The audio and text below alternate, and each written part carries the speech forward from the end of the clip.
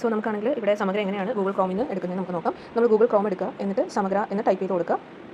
സമഗ്ര എന്ന് ടൈപ്പ് ചെയ്ത് കൊടുക്കുമ്പോൾ സമഗ്ര ഓപ്പൺ ആവും. അപ്പോൾ സമഗ്ര പ്ലസ് എന്ന് പറഞ്ഞിട്ട് അവിടെ ക്ലിക്ക് ചെയ്യുക. അവിടെ ക്ലിക്ക് ചെയ്ത് കഴിയുമ്പോൾ നമ്മളൊരു ലോഗിൻ പേജിലേക്ക്, ഓൺലൈൻ ലോഗിൻ പേജിലേക്ക് പോകും. ലോഗിൻ പേജാണ് ഇത് കാണുന്നത്. അവിടെ മേളിൽ ട്രാൻസ്ലേറ്റ് പേജ് ഉണ്ട്, അത് ജസ്റ്റ് സ്വൈപ്പ് ചെയ്ത് കളഞ്ഞാൽ മതി. ഓക്കെ, ഇനിയിപ്പോൾ അതിൻ്റെ ടോപ്പ് റൈറ്റിൽ 3 ഡോട്ട് ഉണ്ട്. ആ ഡോട്ടിൽ ക്ലിക്ക് ചെയ്ത് കഴിയുമ്പോൾ നമുക്ക് ആഡ് ടു ഹോം സ്ക്രീൻ എന്ന് പറഞ്ഞൊരു ഓപ്ഷൻ ഉണ്ട്. അവിടെ ക്ലിക്ക് ചെയ്ത് കഴിഞ്ഞാൽ നമുക്ക് ഇൻസ്റ്റാൾ ചെയ്യാനായിട്ട് പറ്റും. ചില ഫോണുകളിൽ നമുക്ക് ഡയറക്റ്റ് ആയിട്ട് വരുന്നുണ്ടാവും ഇൻസ്റ്റാൾ ചെയ്യാനുള്ള ഓപ്ഷൻ, പക്ഷേ ചില ഫോണുകളിൽ അത് വരില്ല. അപ്പോഴാണ് ആ 3 ഡോട്ട്സ് എടുത്ത് ചെയ്യേണ്ടത്.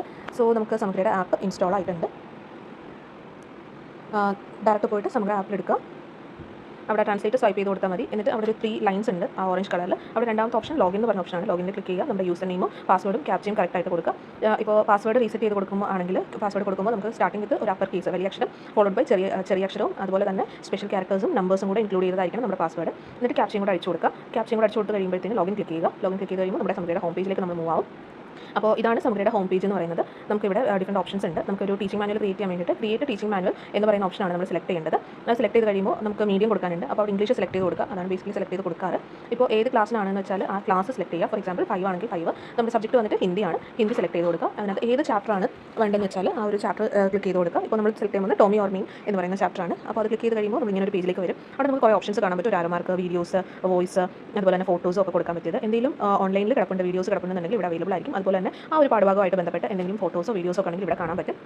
നമുക്കിത് ക്രിയേറ്റ് ചെയ്യാൻ വേണ്ടിയിട്ട് ഇപ്പോൾ നമ്മൾ ചെയ്യേണ്ടത് ആ റൈറ്റിലേക്കുള്ള ഒരു ആരോ മാർക്കിൽ ക്ലിക്ക് ചെയ്യുക. അപ്പോൾ ഇങ്ങനെ ഒരു പേജ് ആയിരിക്കും വരുന്നത്. അവിടെ പ്ലാൻ ടൈപ്പ് സെലക്ട് ചെയ്ത് കൊടുക്കുകയാണ് ഫസ്റ്റ് ചെയ്യേണ്ടത്. അത് പ്ലാൻ ടൈപ്പിൽ create A plan using learning objectives യെല്ലോസ് ആണ് സെലക്ട് ചെയ്ത് കൊടുക്കേണ്ടത്. അപ്പോൾ അവിടെ 2 ലേണിംഗ് ഒബ്ജക്റ്റീവ് ആയിരിക്കും നമുക്ക് കാണാൻ പറ്റുന്നത്. അപ്പോൾ ചില പോർഷനുകളിൽ നമുക്ക് ഒരെണ്ണം ആയിരിക്കും സെലക്ട് ചെയ്ത് കൊടുക്കേണ്ടത്. അല്ലാന്നുണ്ടെങ്കിൽ ചിലപ്പോൾ മൾട്ടിപ്പിൾ ആയിട്ടുള്ള ഐറ്റംസ് സെലക്ട് ചെയ്ത് കൊടുക്കേണ്ടി വരും ലേണിംഗ് ഒബ്ജക്റ്റീവ്സ്. അപ്പോൾ നമ്മളിവിടെ ഈ 2 സെലക്ട് ചെയ്ത് കൊടുക്കുക. അപ്പോൾ ഈ 2 സെലക്ട് ചെയ്ത് കൊടുത്തതിന് ശേഷം ഏത് ക്ലാസ്സിലാണ് നമ്മൾ എടുക്കാനായിട്ട് ഉദ്ദേശിക്കുന്നത് നമുക്ക് അലോട്ടഡ് ആയിട്ടുള്ള ഡിവിഷൻസ് അവിടെ കാണിക്കും. ABCD. അപ്പോൾ നമ്മളിപ്പോൾ എയിലാണ് സെലക്ട് ചെയ്യുന്നതെങ്കിൽ A സെലക്ട് ചെയ്യുക. എന്നാണ് ഈ ക്ലാസ് എടുക്കാനായിട്ട് ഉദ്ദേശിക്കുന്നത്. ഫോർ എക്സാമ്പിൾ 15 ആണെങ്കിൽ 15 സെലക്ട് ചെയ്ത് കൊടുക്കുക.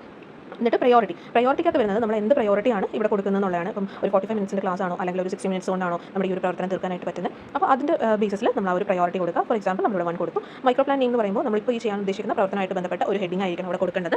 മൈക്രോ പ്ലാൻ നെയിമായിട്ട് നമ്മൾ സാധാരണ ബുക്സിലൊക്കെ കൊടുക്കുന്ന പോലെ തന്നെ. പിന്നീട് ആക്ടിവിറ്റി സ്റ്റെപ്സ് എന്ന് പറഞ്ഞാൽ ഈ ഒരു പ്രവർത്തനമായിട്ട് ബന്ധപ്പെട്ട് എന്തൊക്കെ സ്റ്റെപ്പുകളാണ് നമുക്ക് കൊടുക്കാനായിട്ട് പറ്റുന്നത്. നമുക്ക് അതിനകത്ത് റൈറ്റിംഗ്സ് ആവാം. റൈറ്റിംഗ്സിൻ്റെ കൂടെ നമുക്ക് എന്തെങ്കിലും ഫോട്ടോസോ വീഡിയോസോ അല്ലെങ്കിൽ ഒരു ചാർട്ടോ അല്ലെങ്കിൽ എന്തെങ്കിലും ബുള്ളറ്റ്സ് നമ്പറിംഗ് ഒക്കെ കൊടുത്തിട്ട് നമുക്ക് 1 by 1 ആയിട്ട് പോയിന്റ്സ് ആയിട്ട് മെൻഷൻ ചെയ്യാം. അല്ലാന്നുണ്ടെങ്കിൽ നമുക്ക് ഈ ഒരു ചാപ്റ്ററിന് ബന്ധപ്പെട്ട് എന്തെങ്കിലും ഫോട്ടോസ് അല്ലെങ്കിൽ വീഡിയോസ് കൊടുക്കണമെന്നുണ്ടെങ്കിൽ അത് നമ്മുടെ ഫോണിൽ നേരത്തെ ഇൻസ്റ്റാൾ ചെയ്ത് വെച്ചിരുന്ന ആഡ് ചെയ്ത് വെച്ചിരുന്നാൽ നമുക്ക് ആ ഒരു പ്ലസ് സിമ്പിൾ ക്ലിക്ക് ചെയ്തിട്ട് ആ ഒരു ഫോട്ടോ ഒക്കെ എടുത്തിട്ട് അപ്ലോഡ് ചെയ്ത് കൊടുക്കാനായിട്ട് പറ്റും.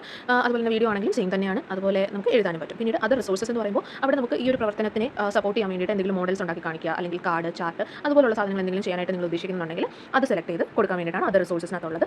ഇപ്പോൾ ഞാനിവിടെ ഷർട്ട് സെലക്ട് ചെയ്തിട്ടുണ്ട്. അടുത്തത് ഐഡിയാസ്, അണ്ടർസ്റ്റാൻഡിംഗ് ആൻഡ് വാല്യൂസ് എന്ന് പറഞ്ഞു വരുമ്പോൾ അവിടെ ഈ ഒരു പ്രവർത്തനം കൊണ്ട് എന്താണ് നമ്മൾ കുട്ടികളിലേക്ക് കൺവേ ചെയ്യാനായിട്ട് ഉദ്ദേശിക്കുന്നത്, എന്താണ് നമ്മുടെ ഇതിൻ്റെ ഒരു മോട്ടോ എന്നൊക്കെ ഉള്ള രീതിയിലുള്ള സാധനങ്ങളാണ് അവിടെ കൊടുക്കേണ്ടത്. എന്തൊക്കെ പ്രവർത്തനങ്ങളാണ് ചെയ്യുന്നതെന്നുള്ളതാണ് നമ്മൾ ഐഡിയാസ്, അണ്ടർസ്റ്റാൻഡിംഗ് ആൻഡ് വാല്യൂസ് കൊടുക്കേണ്ടത്. പിന്നീട് വരുന്നത് അസസ്മെൻ്റ് ആണ് വരുന്നത്. അസസ്മെൻറ്റിൽ നമുക്ക് എന്തെങ്കിലും ഈ ഒരു കാര്യം ചെയ്തത് വഴി എന്തൊക്കെ അസസ്മെൻ്റാണ് നമ്മൾ കുട്ടികളിൽ നിന്ന് അനലൈസ് ചെയ്യുന്നത്. നമ്മുടെ ഒരു അനാലിസിസ് എന്ന് തന്നെ പറയാം. അസസ്മെൻറ്റിനകത്ത് നമുക്കൊരു അനാലിസിസ് തന്നെയാണ് നമുക്ക് അവിടെ വരുന്നത്.